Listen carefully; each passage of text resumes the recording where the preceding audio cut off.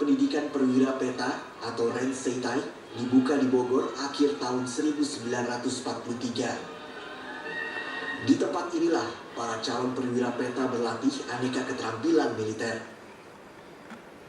Saya angkatan kedua. Ada kelas Danjo, ternyata itu Pak Sudirman ada di situ, angkatan kedua.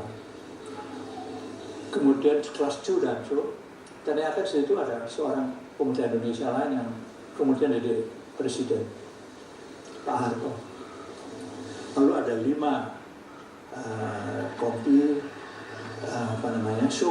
calon Danjo, masing-masing 100. Dan tiap kompi itu pemuda dari Jawa Barat, dari Barat, Tengah, dan Timur, Madura, semuanya di situ.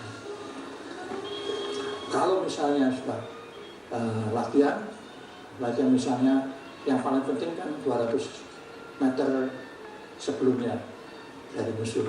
Apakah itu harus dengan merangkak, 5 macam merangkaknya, terus menyerbu dengan teriakan yang keras. Kalau Amerika kan tembakan, kalau kita dipelajari 1 peluru 1 musuh mati. Kalau sampai ada yang memang kurang kuat terus jatuh, dimaki-maki. Dalam bahasa Jepangnya saya tulis di situ, Nanda Korea, apa itu? Sore jake dikinai, itu saja nggak bisa. Doste, omai, dokuri siguruka, bagaimana kamu nanti bisa mempertahankan kemerdekaan? Pendidikan yang diterima tentara peta bertumpu pada konsep militer ala Jepang yang menempatkan tentara sebagaimana golongan samurai di masa lalu. Dalam pandangan militer Jepang, tentara bukan sekadar profesi, melainkan golongan sosial yang memiliki strata tinggi. Tentara dihormati karena mereka pembela bangsa dan negara. Kita dikasih pendidikan bagaimana jadi prajurit yang baik. Tidak pernah bicara militerisme, tidak pernah bicara fasisme, tidak ada, hanya bagaimana jadi menurut pemikiran Jepang yang namanya ksatria itu yang bagaimana, yaitu yang mempunyai semangat bushido. Kambu Toste sebagai seorang perwira, Tokumi khususnya, Garishoku Naru, Kunkisin, jadi harus disiplin satu. Shiratsu Naru Sekining Kanen, Seki kanan itu adalah tanggung jawab. Kongeki Seishimu, semangat merah, Kangyo Kukas dipelihara dan dibesarkan.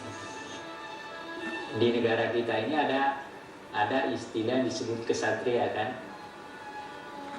Kalau di Jepang ada daimyo yang punya kesatria juga. Menjadi tentara tidak sekedar oleh karena mau mendapatkan pekerjaan. Saya berjuang, saya menjadi tentara oleh karena saya berjuang untuk membebaskan negara saya dari penjajahan. Beda dengan negara lain, dia menjadi tentara oleh karena itu profesi. Hingga bulan November 1944, kekuatan peta di Jawa telah mencapai lebih dari 30.000 orang. Memasuki tahun 1945, sejumlah pemberontakan yang melibatkan tentara peta terjadi di beberapa daerah. Salah satu yang terbesar terjadi di Blitar, 14 Februari 1945.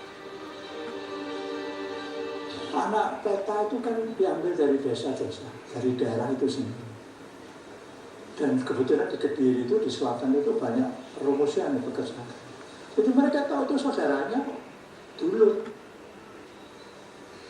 Suruh dikabut perlakuan makan hanya sekali sehari, kalau sakit nggak diurus, nggak ada obatnya, dan sebagainya. Berapa yang meninggal? Mereka lihat penderitaannya itu. Mereka sikapnya sama aja belum. Ya kita dianggap orang Genjuming itu enlanget. Benjamin yang bakar itu bunuh. Akibat pemberontakan di Blitar, puluhan tentara PETA diseret ke pengadilan militer di Jakarta. Para pemimpin pemberontakan ini dijatuhi hukuman mati. Diadili di Jakarta, Muradi, Sunanto, Halir, Dr. Ismail kan dijatuhi hukuman mati, 4 orang itu berapa?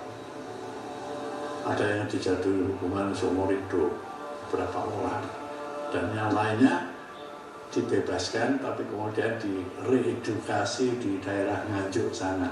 Kita bandingkan ketika Amir Syarifuddin ditangkap oleh Jepang, Soekarno kan berhasil membebaskan, menyelamatkan nyawanya Amir Syarifuddin.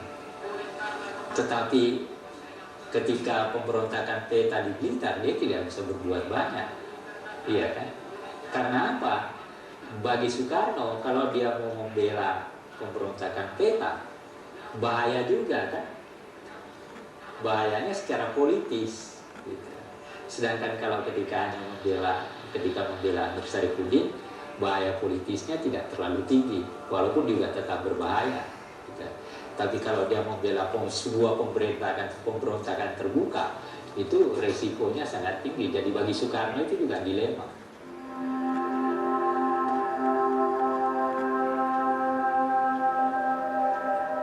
Nanti yang akan tampilkan sebagai pimpinan tertinggi orang PETA, Sudirman, ya kan?